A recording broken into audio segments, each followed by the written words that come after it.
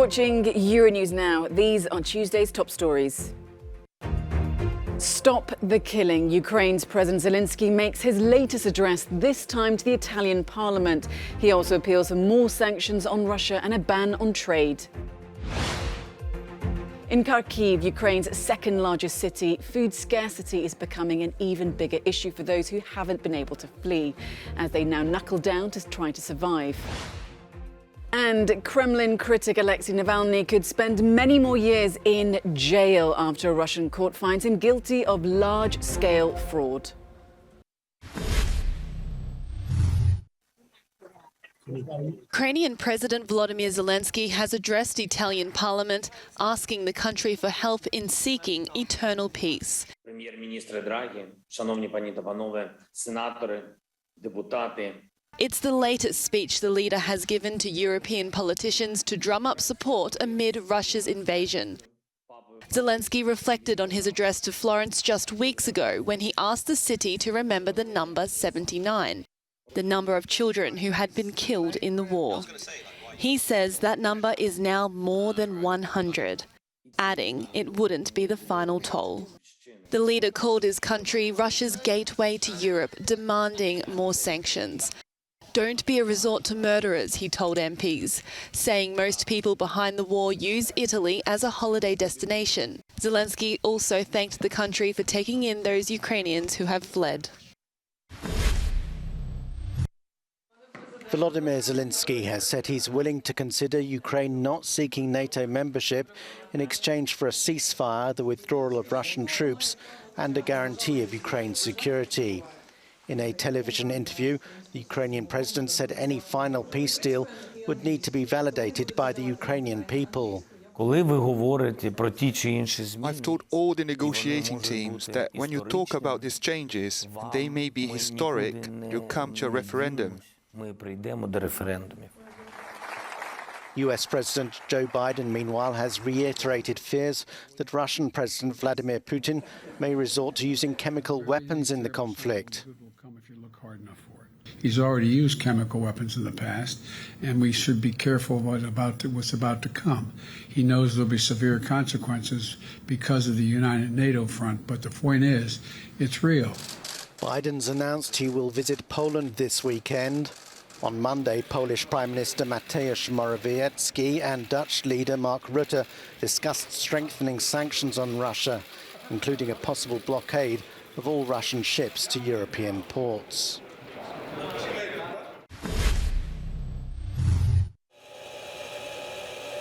This is aerial footage released by Russia's defense ministry. It says these images show the Ukrainian military using a Kyiv shopping mall as an arms depot. That centre was destroyed on Sunday, killing at least 8 people.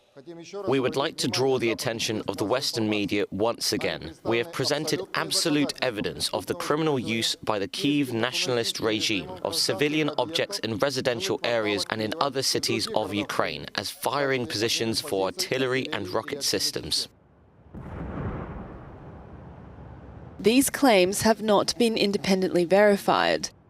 Since the war began, Russia has been accused of targeting civilian areas, including hospitals and apartment blocks. This as Ukraine's state emergency services releases pictures of bomb disposal units removing unexploded shells from the city of Chernihiv. The city has been subjected to intense shelling since the start of the Russian invasion.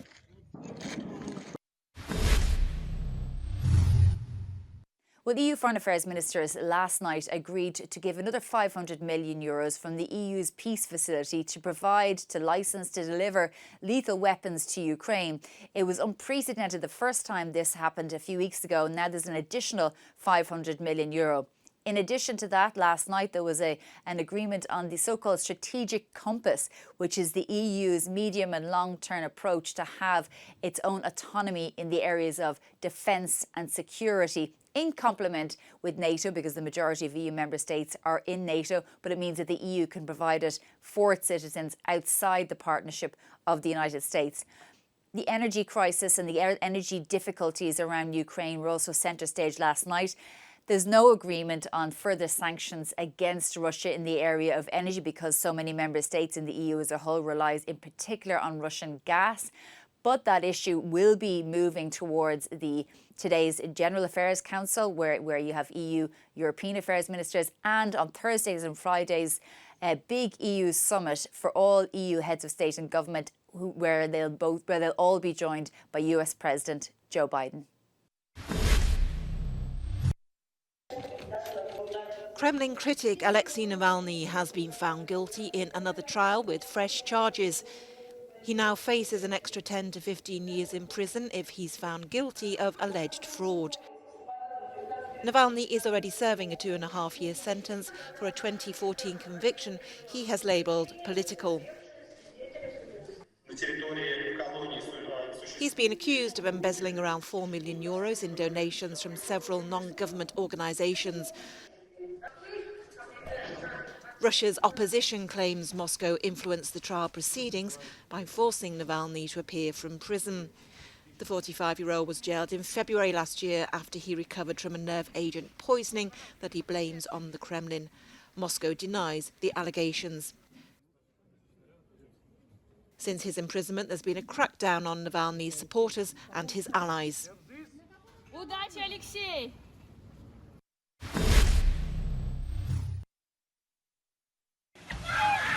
We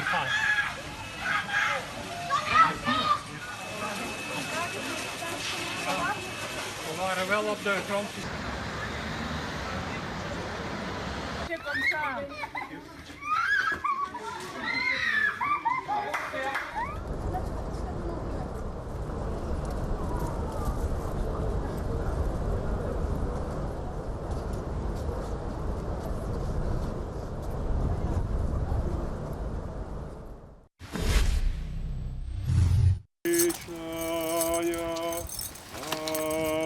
These are excruciating days for Ukrainians. It took this family nearly a week to recover the remains of Yuri Shabadash, who at the age of 59 was killed in combat near the city of Irpin. His son Artem now wants revenge and says he has no other option but to fight this war. We didn't start it, but we will finish it. Russians can't fight in close combat. Just remember that they're cowards. You hear this right now? This is sirens, and it means that they're again start bombing us. This Kyiv municipal cemetery bears witness to the current escalation of a war many here consider has started not last month, but 8 years ago, when Russia annexed Crimea and began supporting rebels in the east. Since then, over 14,000 people have died, according to the Ukrainian government. But very few here minimize the seismic shift February 24th came to represent.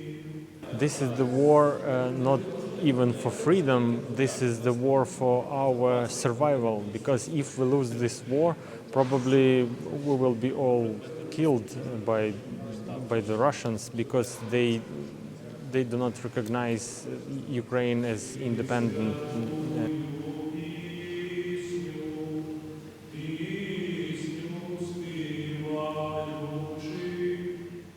During liturgy, vows to resist and fight on, despite the test Russia's invasion of this country represents to the faithful here.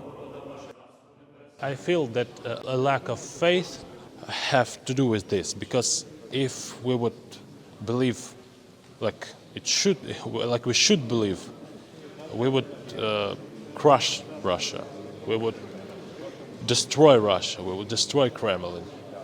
But now we are just resisting in our territory because we lack faith.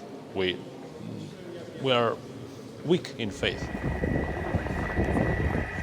Ukraine's capital, Kyiv, remains Russia's primary military objective, according to Western officials. And many warn Moscow could try to encircle the city in the coming weeks and turn to even deadlier tactics in the process. That as diplomatic efforts to end the fighting have made only minimal advances, and the human toll of the war continues to climb. Annalise Borges in Kyiv for Euronews.